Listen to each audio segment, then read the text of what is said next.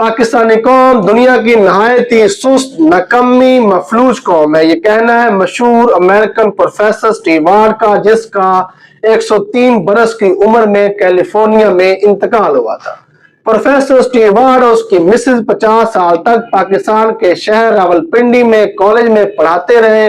1960 में अपनी अलविदाई तकरीब में प्रोफेसर स्टीवार्ड ने कहा था कि पाकिस्तानी कौम नहायत ही सुस्त नकम्मी और मफलूज कौम है। इस कौम को सुस्त सबसे पहले इनकी माएं बनाती हैं। माएं अपने बच्चों के कपड़े धोती हैं, कपड़े इस्त्री करती हैं, जूते पॉलिश करती हैं और उनको ब्रेकफास्ट बना कर देती हैं। उसके बाद उनका लंच बॉक्स तैयार करके बच्चों के बस्तों में डालती हैं और बच्चा जब छुट्टी पर वापसी अपने घर आता है तो फिर माएं अपने बच्चों का लंच बॉक्स निकाल कर उसे धोती हैं, दोबारा उन्हें लंच बना कर देती हैं। उसके बाद शाम को उनका बिस्तर बिछा कर देती हैं ताकि बच्चे उन बिस्तर पर सो सके। इसी माहौल में जब बच्चा पल भर कर जवान होता है, फिर उसकी शादी हो जाती है। शादी के बाद उसकी बीवी उसकी जिंदगी में आती है। फिर उसकी बीवी अपने शौहर के लिए कपड़े धोती है, कपड़े इस्त्री करती है, उनका खाना बनाती है और शाम को अपने शौहर का बिस्तर बिछाती है। इसी माहौल का पला बड़ा बच्चा सुस्त नहीं, नकम्मा नहीं तो और क्या होगा।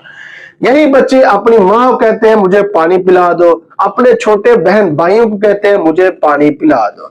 इसी माहौल में जब बच्चा जवान होता है तो वो नकम्मा ही होगा, वो सुस्त ही होगा, वो नकारा ही होगा। ये कहना है मशहूर अमेरिकन प्रोफेसर स्टीवार्ड का। प्रोफेसर स्टीवार्ड कहते हैं अगर आपने कौम बनना है, अगर आपने तरक्की करनी है तो शुरू में ही आपको अपने बच्चों को काम करने की आदत डालनी होगी।